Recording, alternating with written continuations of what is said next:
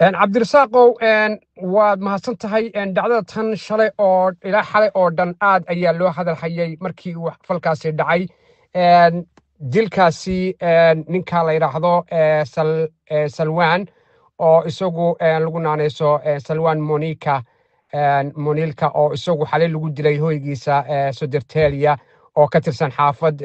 caasimadda waddanka Sweden ee Stockholm ninkan oo ruuxaantii caan ku ahaa nacaybka muslimnimada oo quraanka kitaabka ilaahay ku gubayay meelo badan oo waddanka Sweden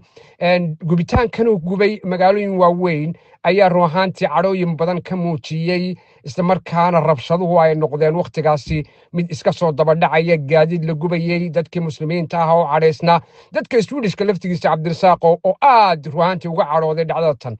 sida ay sheegtay haddaba warbaahinta waddanka Sweden maanta oo dhan waxay aad u qaada dhigayeen dilka kan iyo qaabka uu dhacay waxaana lagu dilay xaafadda Södertälje oo iyadu markaasi ka tirsan Stockholm Salman oo ahaa isagu Salwan aan dhahde oo ahaa nin ka soo jeeda asal ahaan dalka Ciraaq kaas oo dhowr jeer ku gubay kitaabka Quraan Kariimka meelo badan oo waddanka Sweden Salwan ayaa la toogtay xilli uu ku sugnaa sida ay sheegeen warbaahinta waddanka Sweden hoygiisa oo ku yaala xaafadaasi waxaana uu sugayay Cabdirasaaq oo dhawaan maxkamad kadib markii lagu soo eedeeyay in uu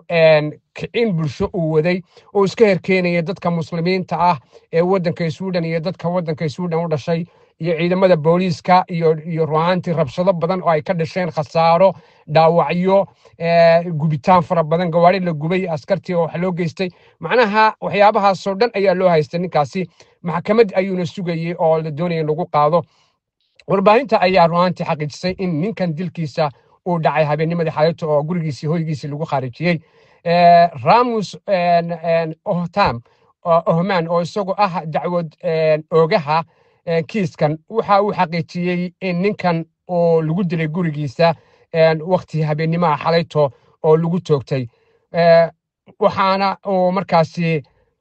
waxaana sidoo kale booliisku ay sheegeen ama ninkan uu cadeeyay sidoo kale in loo xiray 5 qof oo dhammaantoodba lagu tuhunsan yahay dilkan ayaa la yiri waan ruuxaantii dhacdadii ugu horeysay ee waddanka Sweden ka dhacda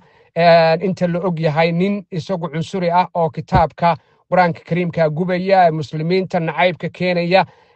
in ruuxaantii gurigiisii lagu yimaado oo lagu khaarijiyo marka dhacdaas oo dhacdo cajiib wax yar kadib 11 habeenimo ayay ahayd xalayto ayaa booliiska lagu wargeliyay ninkan in oo